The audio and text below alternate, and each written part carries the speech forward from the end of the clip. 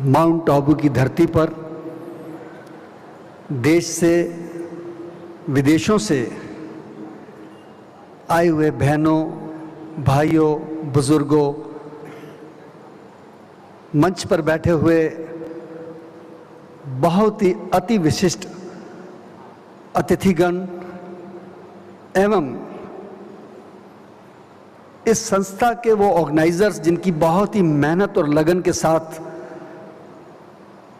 एक बहुत बड़ा कार्यक्रम संपन्न होने जा रहा है।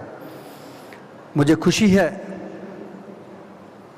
कि बहुत ही बड़ी बड़ी विभूतियां राजनीतिक इस मंच से आपको अपने जीवन का ज्ञान देके गए, राजनीतिक भी, सामाजिक भी और धार्मिक भी। और इसी मंच पर डॉक्टर्स, मीडिया और कुछ सामाजिक लोगों को भी समय दिया गया। सुधांशु जी जैसे बहुत ही अच्छे व्यक्तित्व, बहुत ही अच्छे प्रवक्ता जिस मंच पे बैठे हों, मुझे लगता है कि आप बहुत ही खुश नसीब है जिन्होंने सुना। मेरे जैसे तुच्छ व्यक्ति को, जिसका काम उस डिग्री का था जिसको को हाथ लगाने को तैयार नहीं था, वो था कोविड के उस भयानक समय में उन लाशों का दाह संस्कार करना जिनको कोई हाथ लगाने को तैयार नहीं था। ये काम हम पिछले 25 साल से कर रहे थे। कभी सोचा नहीं था कि देश के अंदर इतनी बड़ी त्रासदी आएगी। जरा याद कीजिए पिछले 2.5 साल जब आपस में हम शक्ल देखने को मोहताज थे, किसी को आवाज से और किसी को आंखों से पहचानते थे। और उस समय को याद कीजिए जब वो भयानक समय आया तो सबके टेलीफोन बंद हो गए। समाज के लिए कोई आगे आने को उस समय तैयार नहीं हो रहा था जब लोगों की लाशें घरों के अंदर पड़ी हुई थी। वो शक्ति ईश्वर ने दी। बिल्कुल ठीक कहा भाई साहब ने कि ध्यान लगा के काम करो तो ईश्वर खुद आता है, लेकिन शक्ति ईश्वर देता है।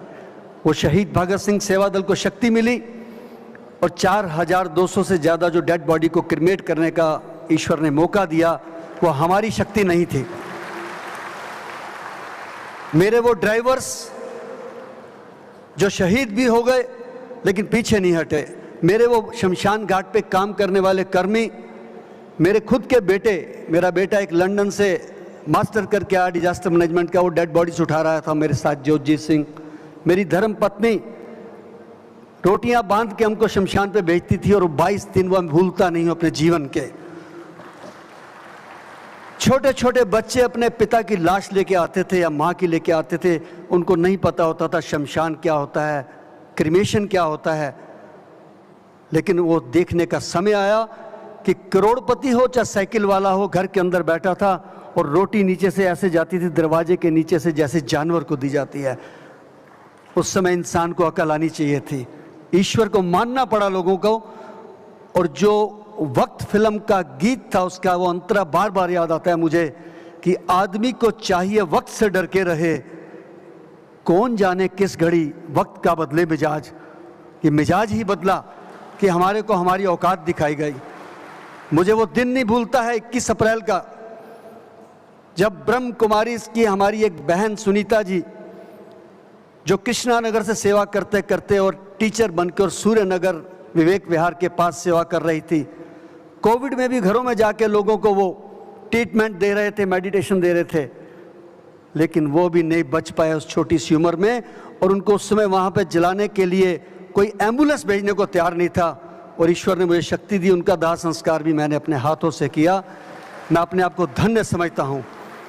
और मेरे लिए वो 26 अप्रैल का दिन नहीं भूलेगा कि रात के 2:30 बजे जब सारी दुनिया सो रही होती है, एक ऐसी शख्सियत थी जिसने मुझे फ़ोन किया और क्या कहा उन्होंने एक लफ्ज़ के अंदर कि शंटी जी आपको हम टीवी पे लाइव देख रहे हैं, पूरा देश आपके साथ है, आप इसी प्रकार सेवा करते रहिए, ईश्वर आपको और शक्ति दे, जय हिंद।